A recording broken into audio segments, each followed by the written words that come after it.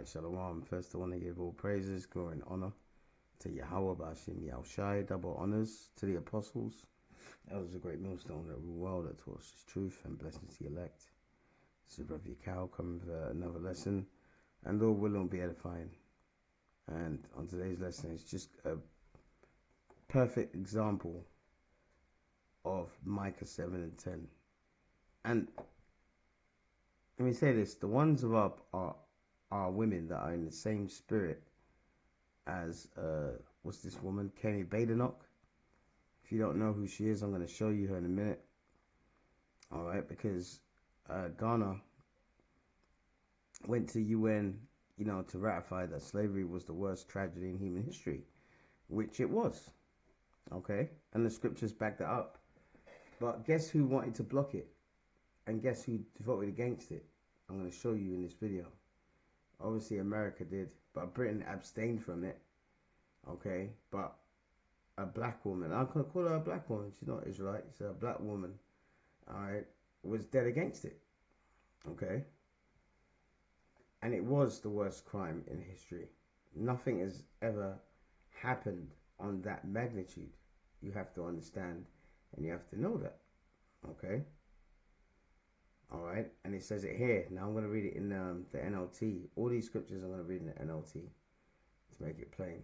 All right, this is Daniel 9 and 11. All right, it says, all Israel has disobeyed your instruction and turned away, refusing to listen to your voice. So now the solemn curses and judgments written in the law of Moses, the servant of the Most High, all right, have been poured down on us because of our sin. Okay, so that's why slavery happened, and that's why we're at the bottom in every regard. Okay, verse 12 is the main point. All right, you have kept your word and done to us and our rulers exactly as you warned. Yeah, the Lord said he will punish us for if we disobeyed his laws, statutes, and commandments. For example, we had the Feast of Unleavened Bread. How many of our people did that? How many of our people did Passover? Not many, man. That's why it's always about the elect. That's why we talk about the elect, because the elect are going to do these things. They're going to do what? They're going to rehearse the righteous acts. Okay? You have kept your word, and you have done to us and our rulers exactly as you warned. Never, this is the main point, has there been such a disaster as happened in Jerusalem, and we are Jerusalem. All right, the 12 tribes of Israel. Jerusalem is a people more than it's a place. All right, now I'm gonna play this, unfortunately, many of our women are like that, and that's why the Heavenly Father needs to destroy them, man. All right, let's play this. To know Kemi Badenoch. Have you heard of Kemi Badenoch? Yes, this Nigerian lady right here. No, okay, she's not Nigerian. She's British now. She's saying that the world should not recognize slave trade as the worst thing that ever happened to humanity. That's what she said to the people. They say the United Kingdom should not have recognized that the African trade, the slave trade, was the worst thing that had happened to human beings. This is some crazy stuff we need to talk about.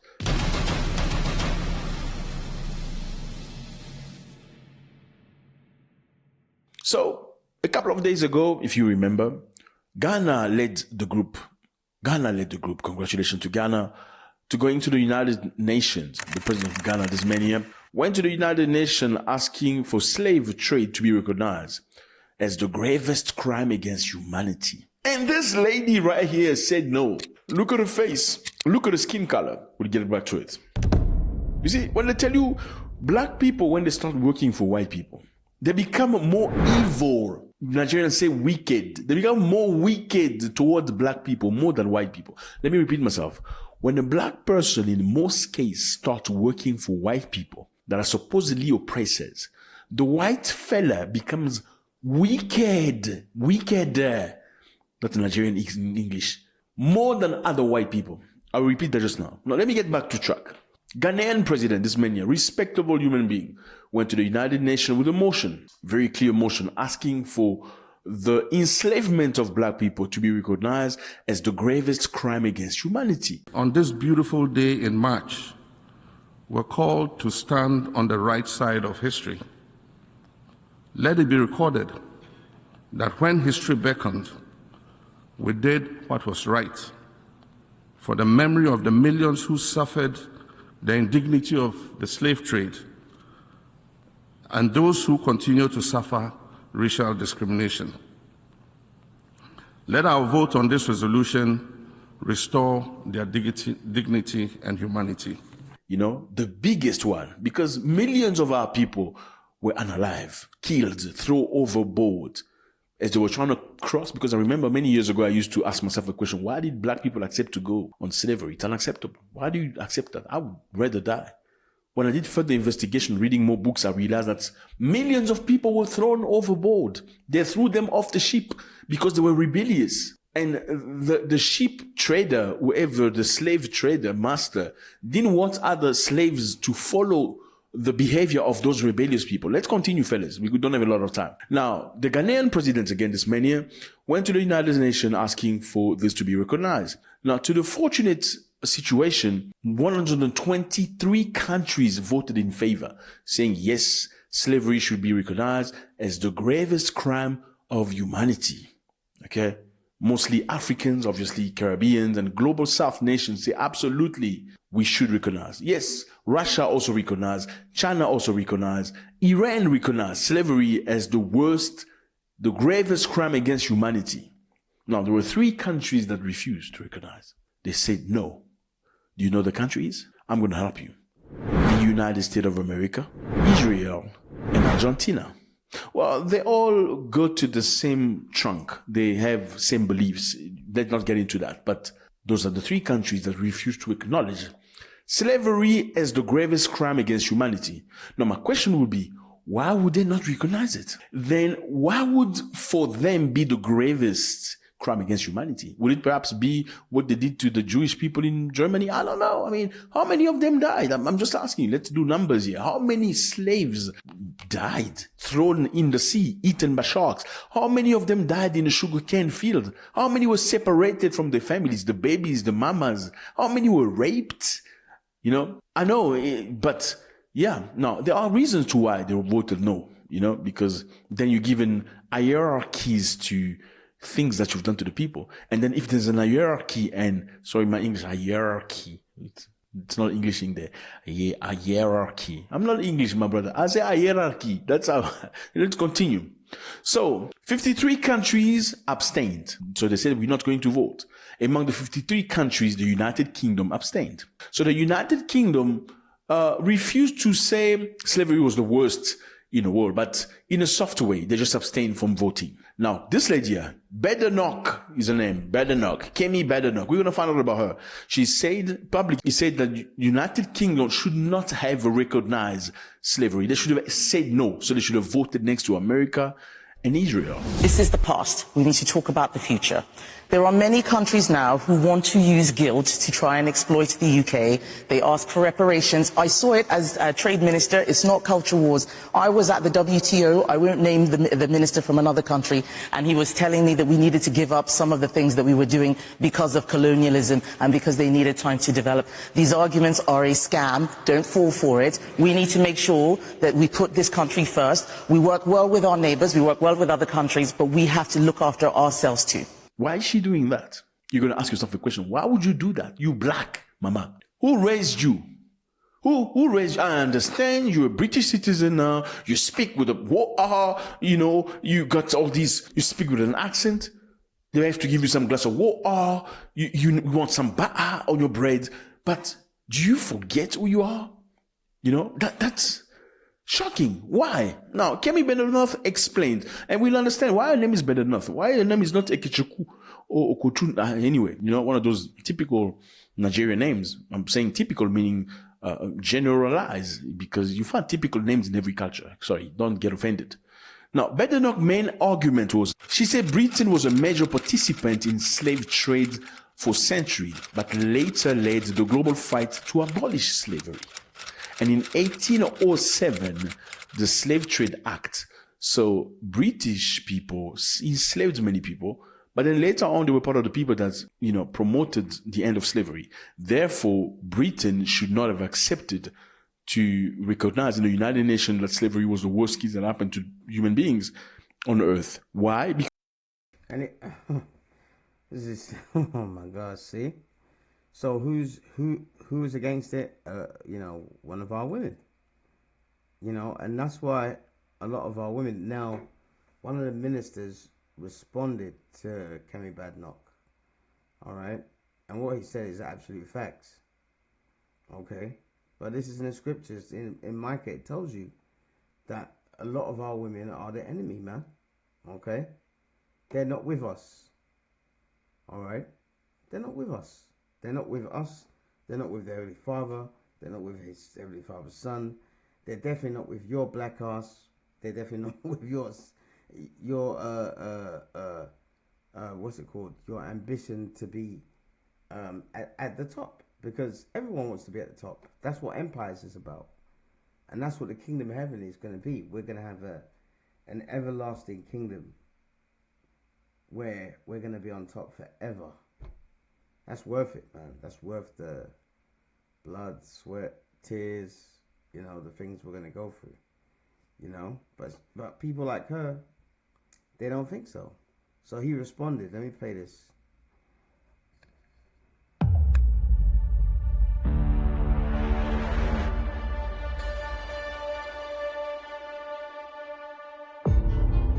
What the conservative leader has said, Kemi Badenoch, that's her opinion, that is clearly not supported by fact.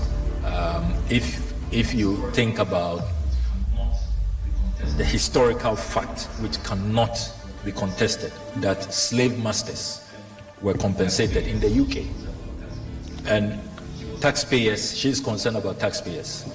She was not about taxpayers paying the slave owners who were compensated because slavery was abolished. And taxpayers, UK taxpayers, have been paying until 2015. The amount of money they've been paying, 20 million pounds at a time. Estimates say that at today's value is in excess of 2 billion pounds. And UK taxpayers have been burdened with that. They've paid the slave masters, can you believe that? Just for losing the slaves because slavery has been abolished. But the slaves themselves and their descendants were never compensated. And she doesn't appear concerned about that. That is really, really unfortunate. Really regrettable and unconscionable, I must say. And I do hope that she will take a second look at her history notes. See, what he said was, it's unfortunate and unconscionable. Whereas in the scriptures, you know what I mean? That's why we don't really marvel about it. I mean, look at the other videos. This is wild. This is the reason why there's going to be a lot of blood being spilled. A lot of Israelite blood needs to be spilled in these last days, man. And she's one of them, But it's prophecy, Micah 7:10. I will bear the indignation. All right. No, as I said, I'll read it in NLT. I said I'll read everything in NLT. All right. Micah 7:9. I will be patient as the Lord punishes me. So right now, we're being punished. All right, including our women. And one of the punishments is to have a reprobate mindset like that. To be a coconut is a punishment from the Heavenly Father. That's why I remember there was a program and the Chinese guy was in Africa, right? In Zambia. And they interviewed him and they said, the reason why the Chinese, are thriving is because we work together for the benefit of our own. All right? The African man doesn't do that. Okay? And that's true. Okay? And remember, there's Israelites in Africa. The majority of the western coast of Africa, the majority of them, not all, but the majority, are Israelites, man. There's Israelites in Central, South, East, even in North. All right? Even in North Africa, where them Arabs are. Okay? So it says, like 7:9, I will be patient as the Lord punishes me. All right? For I have sinned against him. But after that, he will take up my case. And that's what we're waiting for. Okay? And give me justice for all I have suffered from my enemies. So we don't want your fucking reparations, man.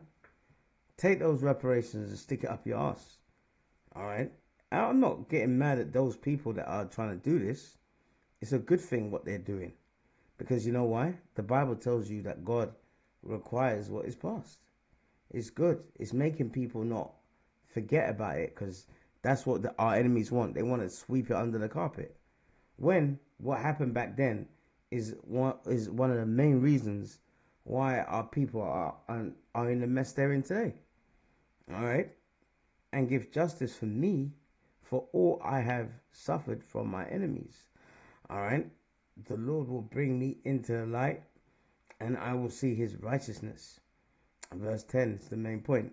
Then my enemies will see that the Lord is on my side. See, and people like her, they can't see that right now because they think that the Lord is on the Edomite side, so-called white people's side.